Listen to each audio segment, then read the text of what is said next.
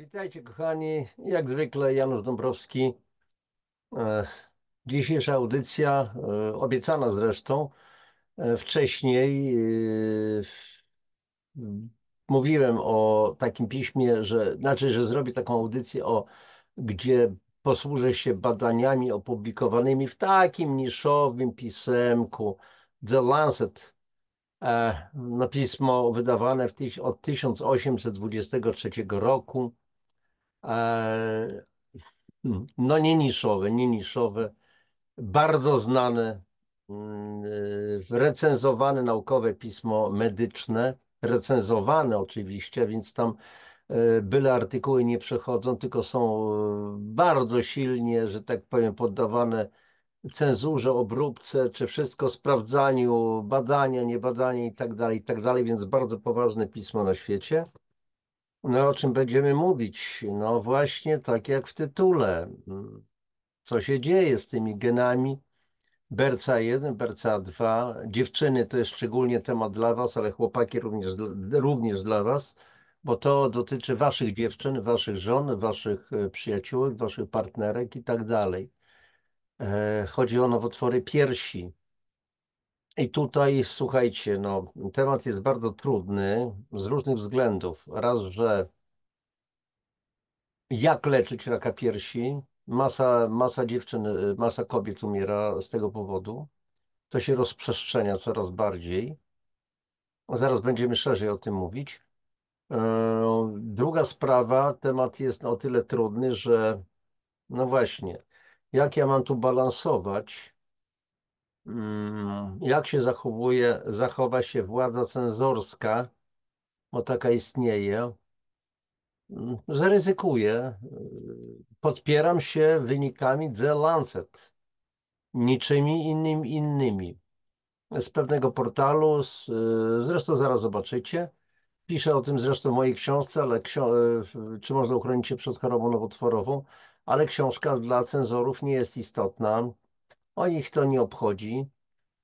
Natomiast wiecie, o jakiej cenzurze mówię. Już dwa filmy zostały mi zdjęte. E, Ostrzeżenia mam, no więc zobaczymy, jak to będzie. Jak nie, no to będziemy gdzieś indziej publikować, będę robił odnośniki, będę gdzie indziej wstawił po prostu i wszystko. Natomiast tutaj zobaczymy, więc posłuchajcie. Najpierw udostępnię ekran, żeby po prostu, słuchajcie, przedstawić wam pewne treści. I teraz tak, widok, bo poczytam troszeczkę, ale niewiele tym razem. Powiększenie 200%. To jest moja książka. Słuchajcie, mm, czy można uchronić się przed chorobą nowotworową? Bardzo obszernie napisałem ją w 2018 roku, wydałem w 2019 na początku. No i teraz jest tam taki rozdział, zaraz, czy tutaj mam gdzieś mam tutaj tą książkę, a więc właśnie to jest książka, czyli fizycznie istnieje.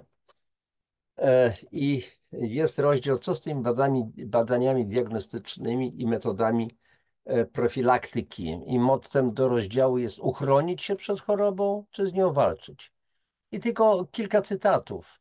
Jak to jest, że jeszcze w latach 70. XX wieku ryzyko zachorowania na raka sutka w ciągu całego życia kobiety wynosiło około 5%, czyli 5% przypadków na 100, czyli zagrożona była co 20 kobieta. A obecnie to jest około 13%, czyli 13 przypadków na 100. Zagrożona jest co 8 kobieta. I jak to więc jest, że mimo tak zwanych postępów w walce z nowotworami, ogłaszania, że mamy rewolucję w leczeniu i tak dalej. W walce z nowotworami przegrywamy tę wojnę na całej linii. A może nasze działania wojenne są prowadzone w niewłaściwy sposób?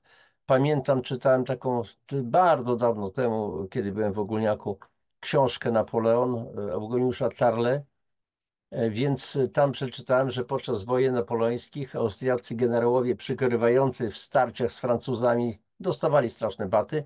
Wszystkie swoje bitwy skarżyli się, że Napoleon walczy niezgodnie z zasadami sztuki wojennej. A więc po prostu, jak mówi Albert Einstein, szaleństwem jest robić wciąż to samo i oczekiwać różnych rezultatów. I w każdym razie, no, od czego zaczyna się każde leczenie jakiejkolwiek choroby? Oczywiście od postawienia diagnozy opartej o badania. Podobnie jest i w przypadku nowotworów. Z jednej jednak strony mamy na przykład przypadek już istniejącej choroby, a z drugiej strony profilaktykę. No oczywiście tutaj będziemy zajmować się tą drugą stroną medalu, przynajmniej na początku.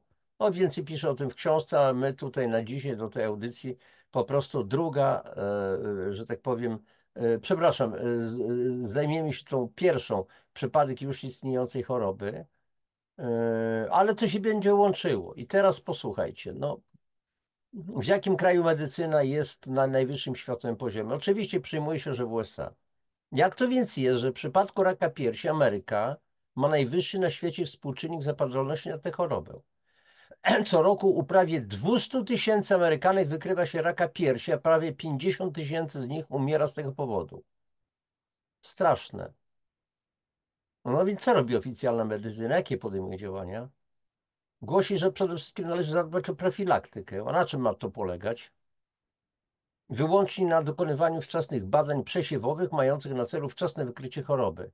Z tego względu największe amerykańskie stowarzyszenie zajmujące się problemem National Cancer Institute, Narodowy Instytut Raka oraz American Cancer Society, amerykańskie stowarzyszenie rakowe, ogłosiły jeszcze w połowie lat 90. XX wieku, że rak piersi jest chorobą, której w żaden sposób nie można zapobiec, a jedynym realnym sposobem zapobiegania rakowi piersi jest jego wczesne wykrycie. No ja tutaj, słuchajcie, cisną mi się na usta słowa, odpowiednie oceny tych strasznych wypowiedzi i rozumiecie, że cisną się słowa bardzo nieparlamentarne. Mógłbym powiedzieć tylko spadać mi na drzewo, liście pompować. Spadać po prostu, dranie, łotry, oszuści. I to jest wszystko. I tutaj, zanim przejdziemy dalej, wczesne rozpoznanie nie jest tym samym, co zapobieganie. Wygodniej i bardziej opłacalnie jest skupić się na wczesnej diagnozie i leczeniu choroby, niż na przeciwdziałaniu jej przyczynom. Zostawiam na razie tutaj cały szereg tekstów i tak dalej, i tak dalej, i tak dalej. Tu bardzo wyraźnie mówię o pewnych historiach.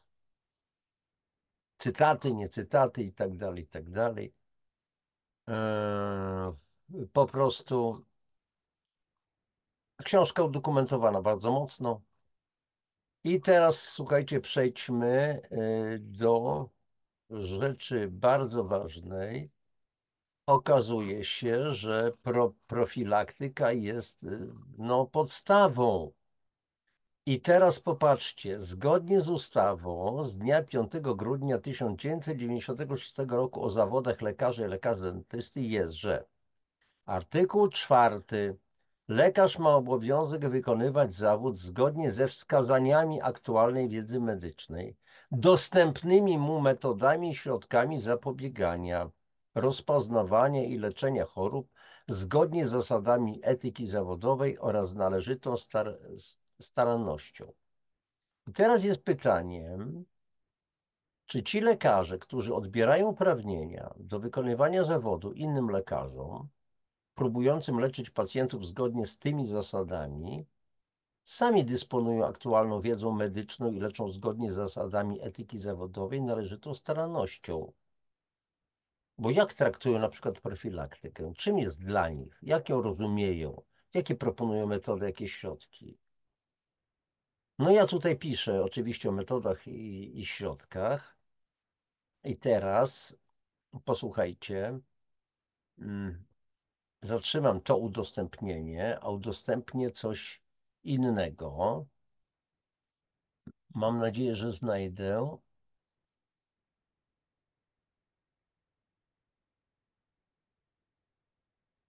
Zaraz, momencik. Aha, dobra. Myślę, że tak, udostępnię. Aha, właśnie. Dobra, zniknęło mi to okno, ale to nic nieistotne. W każdym bądź razie, posłuchajcie, cytat akurat, zresztą pod audycją zamieszczę linka do pewnej wypowiedzi pewnego bardzo znanego profesora, więc jeszcze raz, poczekaj, zatrzymy udostępnienie i jeszcze raz udostępnię ekran, bo ten cytat musi być widoczny. Teraz popatrzcie. Metoda profilaktyczna. Amputacja piersi jako profilaktyka raka piersi. Jak ja to po raz pierwszy przeczytałem, to przepraszam, że powiem to, myślałem, że mnie szlak trafi. I teraz konkretna wypowiedź. Kobiety znajdujące się w podwyższonej grupie ryzyka zachorowań na raka piersi mogą usunąć piersi profilaktycznie. Jest to zabieg rekomendowany przez lekarzy. Zobacz, jakie piękne uogólnienie lekarzy. Wszystkich lekarzy? Dalej. Lekarze są zgodni, że amputacja zdrowej piersi w celu uniknięcia nowotworów w przyszłości jest zabiegiem słusznym. Profesor doktor habilitowany nauk medycznych Jacek Jassem zapewnia, że usunięcie piersi powoduje, że to ryzyko spada nawet o 90%. Niestety w Polsce nie są to zabiegi popularne ani refundowane przez NFZ. I tutaj jest link, podpieram się konkretnym linkiem, nie będę teraz tego pokazywał już, tego artykułu, ale link ten zamieszczę pod audycją, żeby po prostu było jasne, że takie coś istnieje, że ta wypowiedź nastąpiła, jest w obiegu. Ten pan profesor Jacek Jassen był znany z tego, że po prostu delikatnie, najdelikatniej jak tylko mogę określić to, wiódł spór z panem Jerzym Ziębą. Bezczelny spór, tak prawdę mówiąc, stosując bardzo nieciekawe metody w dyskusji i tak dalej, ale to nieistotne. I teraz słuchajcie, mam sprawę z takimi profilaktykarzami, którzy proponują to. Posłuchajcie. 5%, czyli 5 kobiet na 100 może mieć gen BRCA1, BRCA2, czyli breast cancer 1, breast cancer 2, które mogą powodować, ewentualnie mogą przyczyniać się do, przepraszam, pojawienia się nowotworu. Ale robiłem audycję o genach, o tym, czy to geny mają wpływ na nasze życie, na nasze zdrowie, czy też styl życia. I okazuje się z tej mojej audycji, znaczy to nie ja wymyślałem, tylko podpieram się lekarzami, było powiedziane, że geny to jest tylko zagrożenie potencjalne. I żeby uruchomić taki gen, to trzeba czasami aż kilkuset różnych czynników działających jednocześnie, żeby uruchomić go. A tutaj taki pan profesor, światły i w ogóle, proponuje usunięcie zdrowych piersi dziewczynom.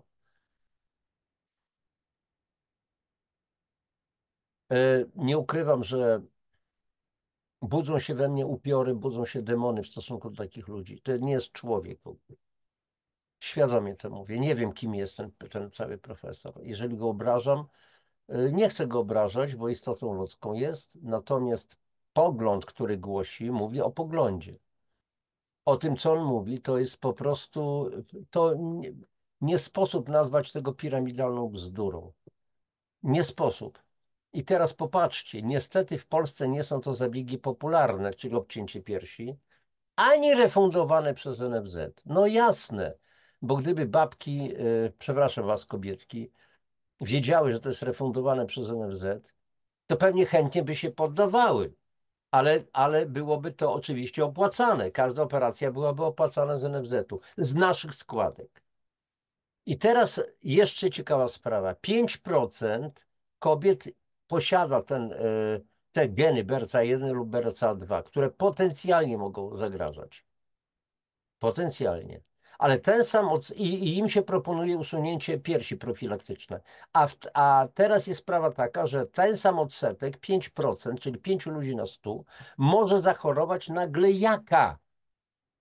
Na glejaka. Więc w takim razie co trzeba byłoby ewentualnie, glejak, czyli nowotwór mózgu. To co w takim razie, gdybyśmy poszli tą ścieżką profesora Jassema, to co trzeba byłoby zrobić? Co usunąć z organizmu? Rodzaj lobotomii, czyli usunąć mózg, usunąć całą głowę. 1% mężczyzn w Polsce jest narażony na raka jądra.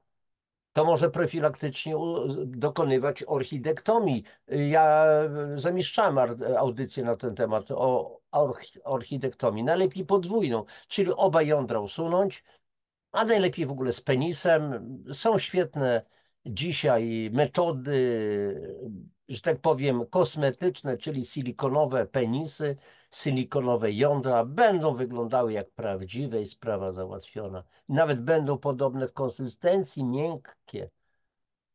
Idę po bandzie? Tak, idę po bandzie. Bo posłuchajcie, mam wrażenie, że ci aktywni profilaktykarze mają taką chroniczną chorobę centralnej jednostki układu nerwowego o nazwie congenita stultitia longos, czyli chroniczna głupota wrodzona. Czy w takim przypadku należy dokonać profilaktycznej amputacji głowy? Tyle na tego udostępnienia. Natomiast teraz przechodzimy do rzeczy i udostępnimy sobie znowu ekran. I teraz posłuchajcie, tekst z Lancetu.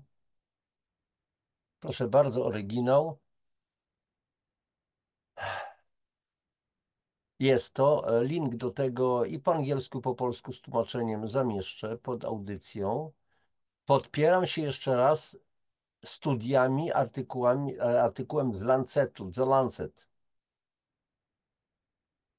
The Lancet. Periodyk wydawany od 1823 roku, wybitnie recenzowane pismo medyczne i które mówi o czym? Do tego zaraz dojdziemy. Natomiast tutaj jeszcze coś wam pokażę. Strona Sekrety Zdrowia. Pozdrawiam autorów i właścicieli. Geny raka piersi okazują się być mitycznym, medycznym mitem. Publikacja Lancet.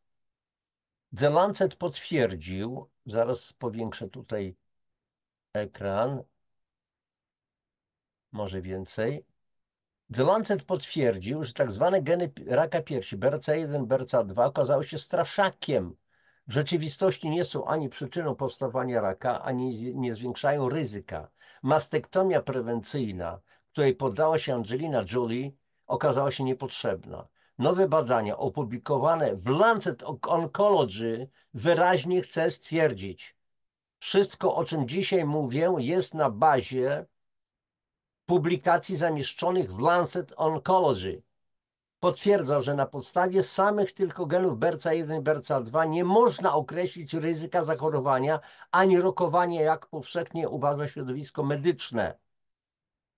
Nie ma znaczącej różnicy pomiędzy współczynnikiem ryzyka czasu przeżycia i czasu przeżycia wolnego od progresji między pacjentkami z mutacją genów BRCA1 i BRCA2, a pacjentkami bez tych mutacji po rozpoznaniu raka piersi. The Lancet. The Lancet. BBC opisało wyniki badań bardziej szczegółowo w artykule Czas przeżycia z rakiem piersi niezwiązany z wadliwym genem. Badanie opublikowane w The Lancet Oncology wykazało, że 12% z 2733 kobiet w wieku od 18 do 40 lat leczonych z powodu raka piersi w 127 szpitalach Wielkiej Brytanii w latach 2000-2008 miało mutację genu BRCA. Przez 10 lat poddawano dokładnej analizie dokumentację medyczną kobiet. W tym czasie 651 kobiet zmarło z powodu raka piersi. Pacjentki z mutacją BRCA miały jednakową szansę przeżycia w okresie 2, 5, 10-letnim, jak te bez mutacji. Około 1/3 pacjentek z mutacją genów raka piersi miała podwójną mastektomię po zdiagnozowaniu raka. Jednak operacja nie poprawiła ich szans na przeżycie w 10-letnim okresie. Publikacja rodzi potężne implikacje na przyszłość w zakresie programów tzw. profilaktyki raka piersi. W środowisku lekarskim i samym społeczeństwie wyrosło bowiem silne przekonanie, że tzw. geny raka piersi przyczyniają się do zapadalności na tę chorobę. Angelina Jolie tylko dolała oliwy do ognia tej, jak się okazuje, fantazji, decydując się z powodu wadliwych genów profilaktycznie usunąć sobie obie piersi, z czym publicznie odnosiła się w mediach. W Polsce również pewna znana celebrytka również pochwaliła się, że usunęła piersi. Czy jedną pierś, nie wiem, ale chyba dwie.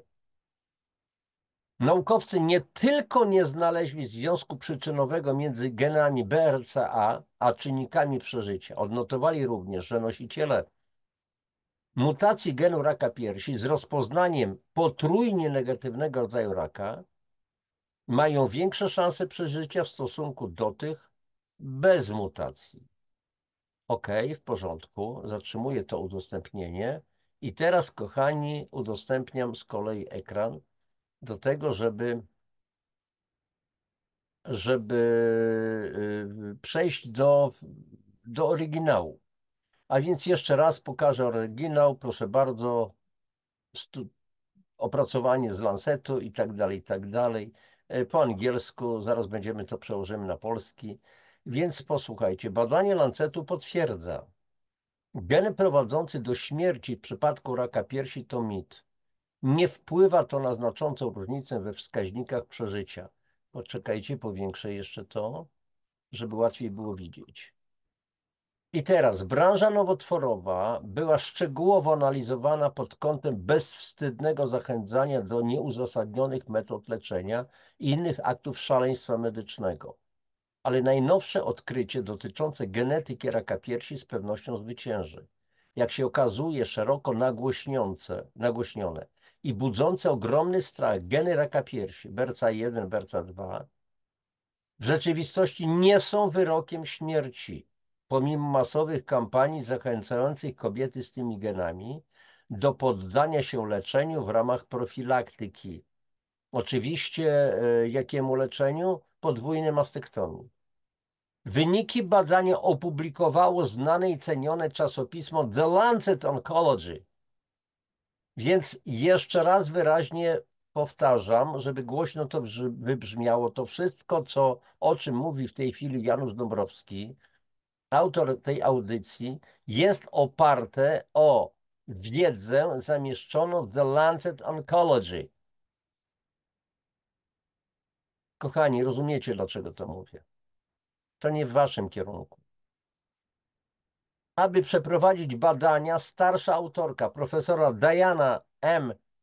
Eccles z Jednostki Akademickiej Nauki o Nowotworach na Uniwersytecie Southampton i Szpitala Uniwersyteckiego w Southampton NHS Foundation Trust wraz z zespołem przeanalizowała dane ze 127 szpitali Wielkiej Brytanii. Dane zebrano od 2733 kobiet w wieku od 18 do 40 roku życia w latach 2000-2008. Jeszcze raz powtarzam, że głośno było, żeby to wybrzmiało. Badania przeprowadziła profesor Diana M. Eccles z Jednostki Akademickiej Nauk o Nowotworach na Uniwersytecie w Southampton i Szpitala Uniwersyteckiego w Southampton, Wielkiej Brytanii. Podparcie medycyną, badaczami medycznymi, żeby to wybrzmiało głośno i wyraźnie. Jak podali badacze, genotypowanie wykazało patogenną mutację BRCA u 338 pacjentów, to jest 12%. Po medianie czasu obserwacji wynoszącej 8,2 roku, z 678 zgonów było spowodowanych rakiem piersi. Nie stwierdzono istotnej różnicy w przeżyciu całkowitym między pacjentami z BRCA, dodatnim BRCA ujemnym, w analizach wieloczynnikowych, czyli tym, którzy mieli kobiety, które miały ten gen BRCA i które nie miały tego BRCA. W analizach wieloczynnikowych w żadnym punkcie czasowym i tak dalej. Tu są pewne liczby, jak widzicie. A więc to jest wypis z badań medycznych, konkretnych badań medycznych przeprowadzonych przez profesor Diana M. Eccles. Więc to nie są wymysły Janusza Dąbrowskiego, tylko podpieramy się konkretnymi badaniami medycznymi. Ostatecznie w trakcie badania zmarło 651 kobiet chorych na raka piersi, ale dane wykazały, że ryzyko zapadnięcia na tę chorobę nie było większe u kobiet z mutacjami, czyli posiadającymi ten gen BRCA, niż u innych osób. To odkrycie stoi oczywiście w jaskrawym kontraście z tym, co nam wszystkim powiedziano na temat raka piersi. Ale na tym nie zakończyły się szokujące odkrycia. Zespół odkrył również, że spośród 558 kobiet, o których zdiagnozowano potrójnie ujemnego raka piersi, te z mutacją BRCA w rzeczywistości miały lepszy wskaźnik całkowitego przeżycia po 2 latach niż te, które tego nie zrobiły, które nie miały mutacji, czyli nie miały tego genu. Według naukowców, podpieram się znowu, według naukowców badających ten problem, i na podstawie tych badań opublikowano te badania w The Lancet Oncology. Powtarzam dla cenzorów. Według naukowców wydaje się, że w przypadku raka piersi o młodym początku kobiety będące nosicielkami mutacji BRCA mają podobny wskaźnik przeżywalności jak osoby nie będące nosicielkami. A jeśli chodzi o potrójnie ujemnego raka piersi, kobiety z mutacjami BRCA mogą w rzeczywistości mieć lepsze perspektywy niż te, których nie mają. Co więcej, naukowcy zauważają, że natychmiastowa podwójna mastektomia nie zapewniła tej widocznej przewagi. I teraz pytanie jest, czy okłamywano nas przez te wszystkie lata? Mike Adams, strażnik zdrowia, donosił o oszukaństwie branży nowotworowej, a także o oszustwach i nadużyciach w branży medycznej i farmaceutycznej na przestrzeni lat. Latem 2017 roku Adams doniósł o masowo obciążającym badaniu, które wykazało, że przemysł nowotworowy i dziecko wielkiej farmy, chemioterapia, big farmy, w rzeczywistości pomogły w rozprzestrzenianiu się raka po całym organizmie zamiast go leczyć. Słuchajcie, ja piszę o tym w swojej książce. Okładkę tam macie, pokazuję, o właśnie tu opisuję, bardzo, bardzo dokładnie udokumentowane. Masa cytatów, masa linków, wszystko to jest.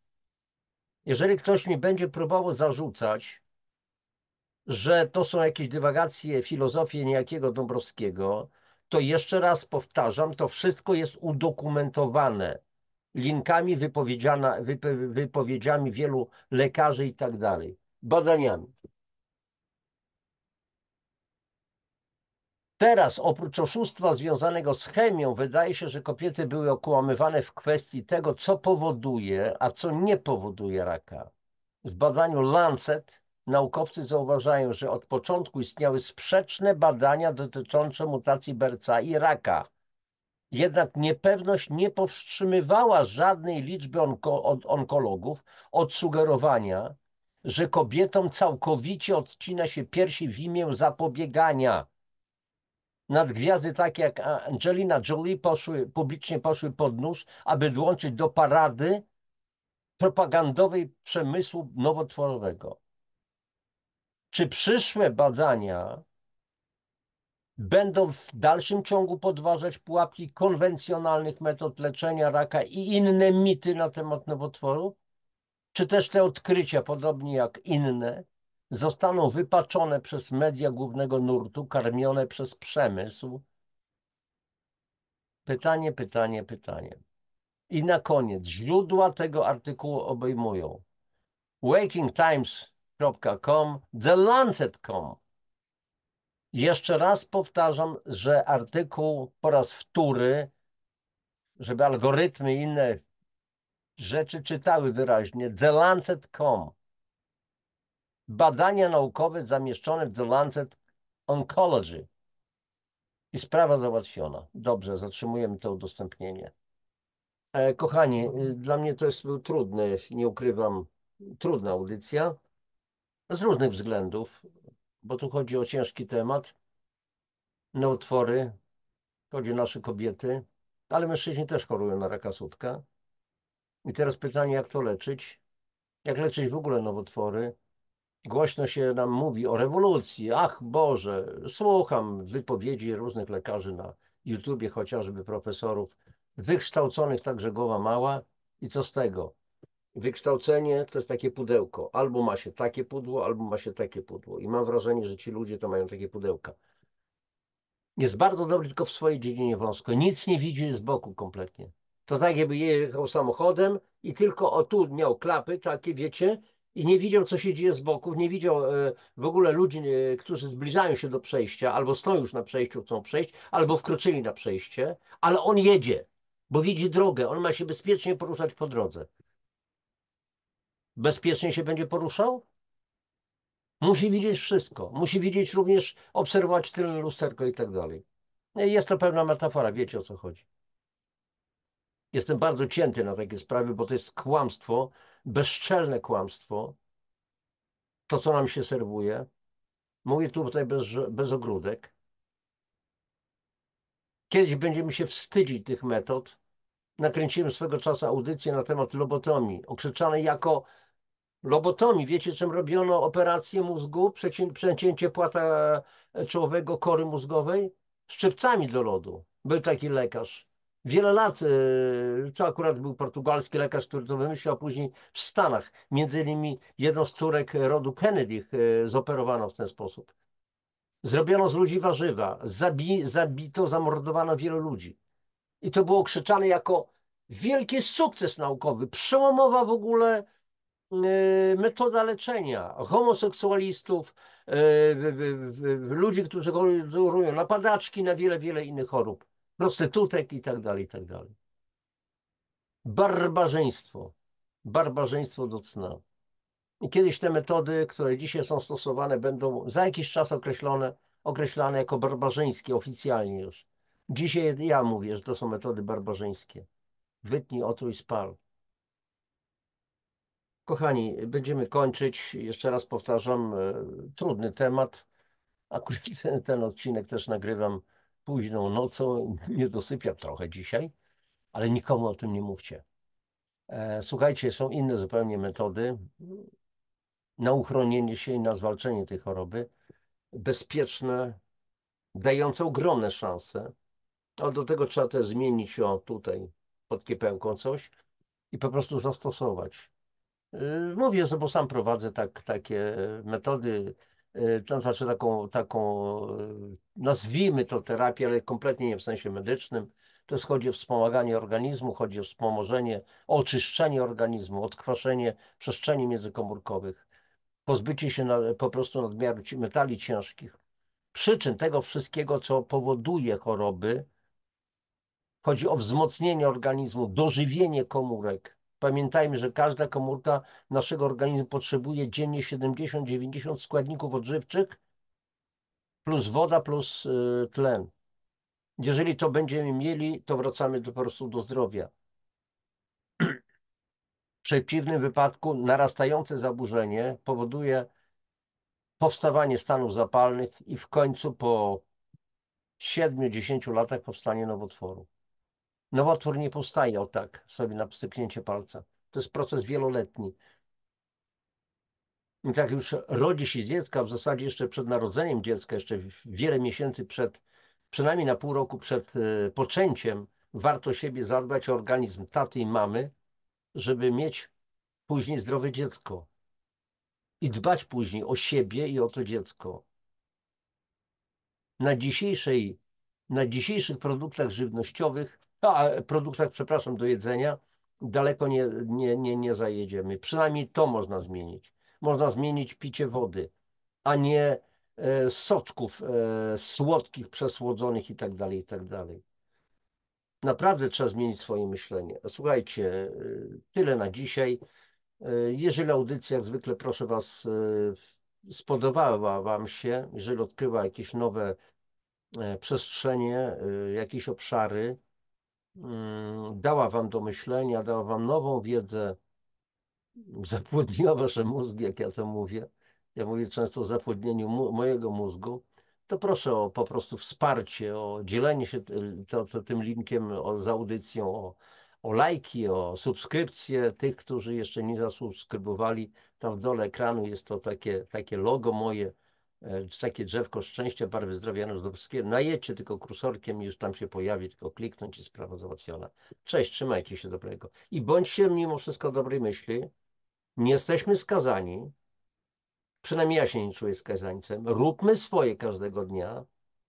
Odżywianie, ruch, czysta woda, dobry nastrój, mimo wszystko, mimo wszystko. A mamy jakieś inne, lepsze wyjście? Biadolenie, czarnowictwo, narzekanie, pesymizm albo realizm, czyli ukryty pesymizm? Bez sensu. Żyjmy sensownie. Popatrzcie.